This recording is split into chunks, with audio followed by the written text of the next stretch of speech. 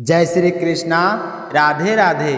मित्रों, आज शीतला अष्टमी का महापर्व है और आज मैं आपको सुना रहा हूँ शीतला अष्टमी में सुने जाने वाली माता शीतला की बड़े ही दुर्लभ कथाएं। इन कथाओं को सुनने से मनुष्य के सभी रोग और संकट कट जाते हैं तथा मनोकामनाओं की पूर्ति होती है।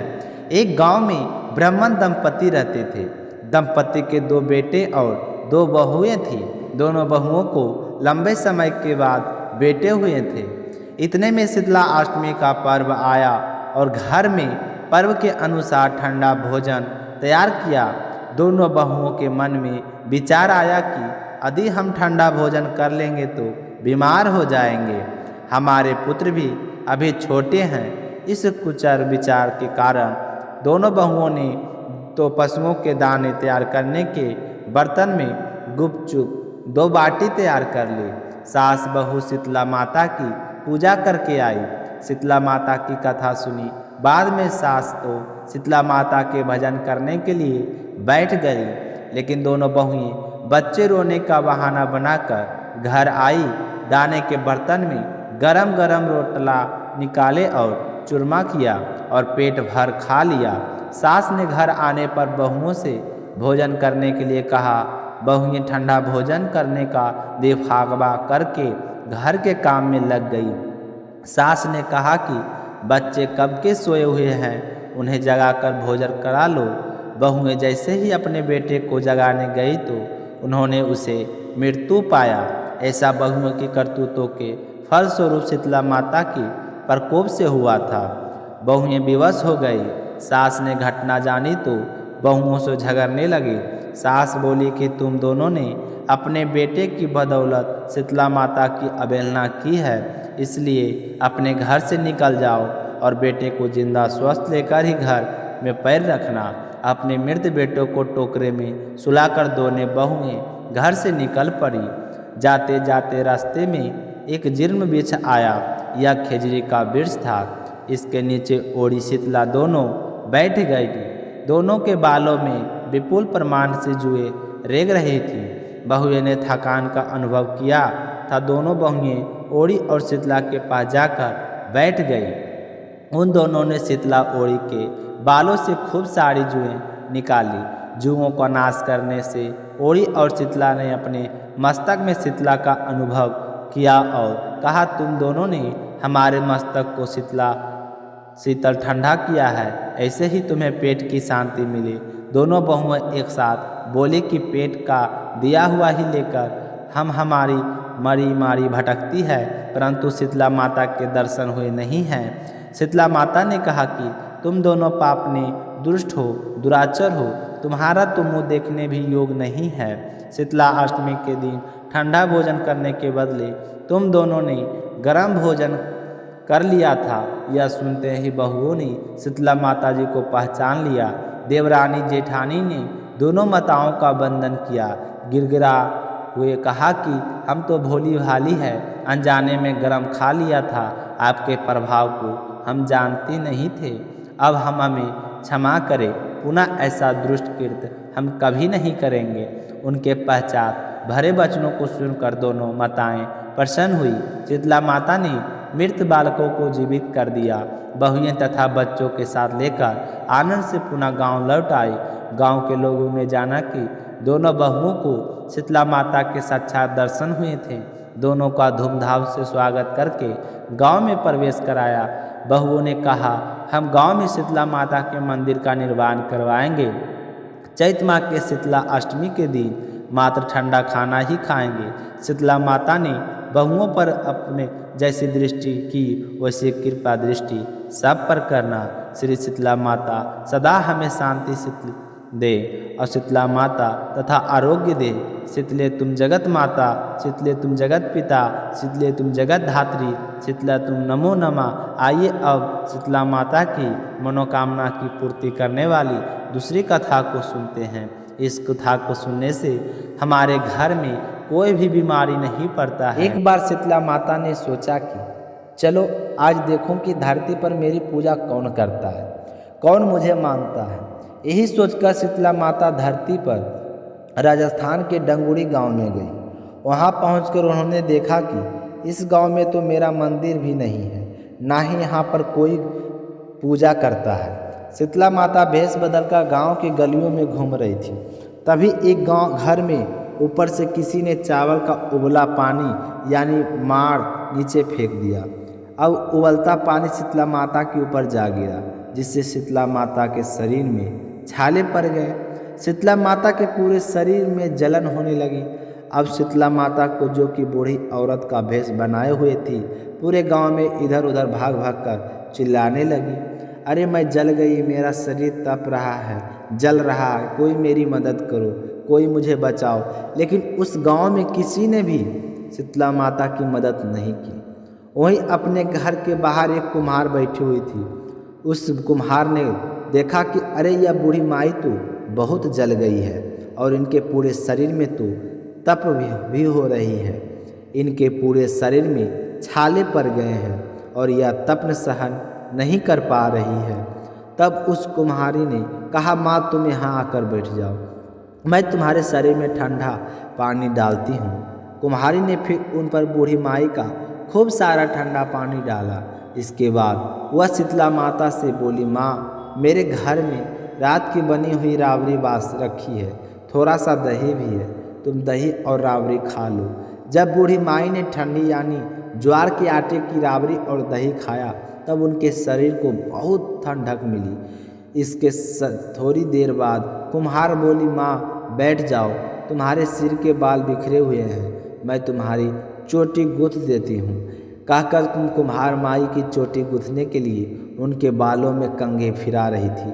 अचानक कुम्हारी की नज़र बूढ़ी माई के सिर के पीछे पड़ी तो कुम्हारी ने देखा कि एक बालों के अंदर छुपी हुई है।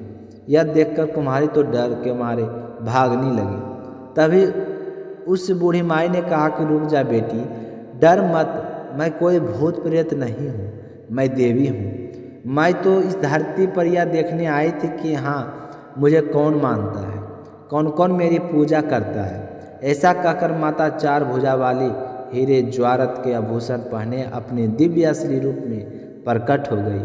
माता के दर्शन पाकर कुम्हार सोचने लगे कि अब मैं तो बहुत गरीब हूँ, इन माता को कहाँ बिठाऊँ।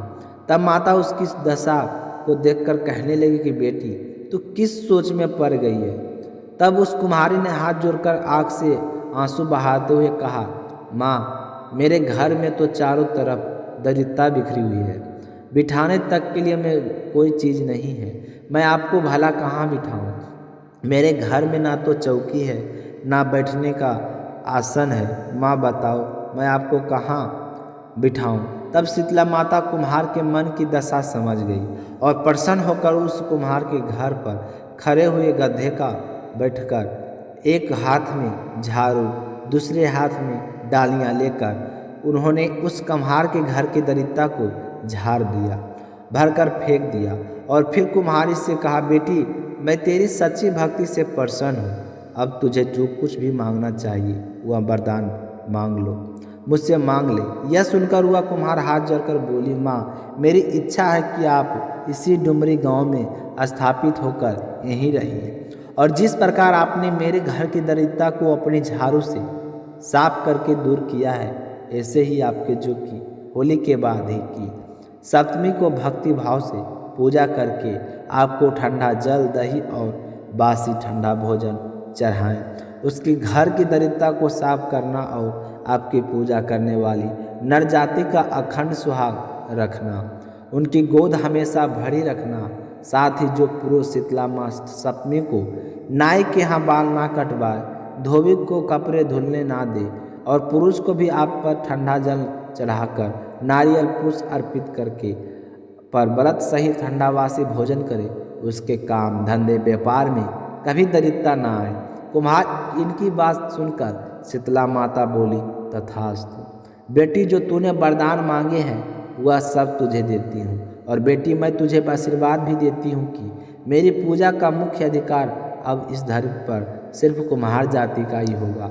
तभी से उस दिन से डुंगरी गांव में शीतला माता स्थापित हो गई और उस गांव का नाम हो गया सिल्की डुंगरी। सिल्की डुंगरी में शीतला माता का मुख्य मंदिर है और शीतला सप्तमी पर वहाँ पर बहुत बड़ा मेला लगता है।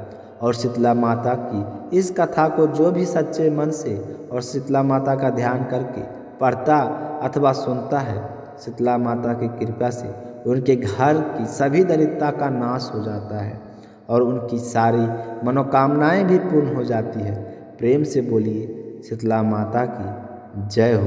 तो प्रिय भक्त श्रोताओं, अब सुनिए शीतला माता की एक और कहानी। एक बार एक राजा के इकलौते पुत्र को शीतला निकली।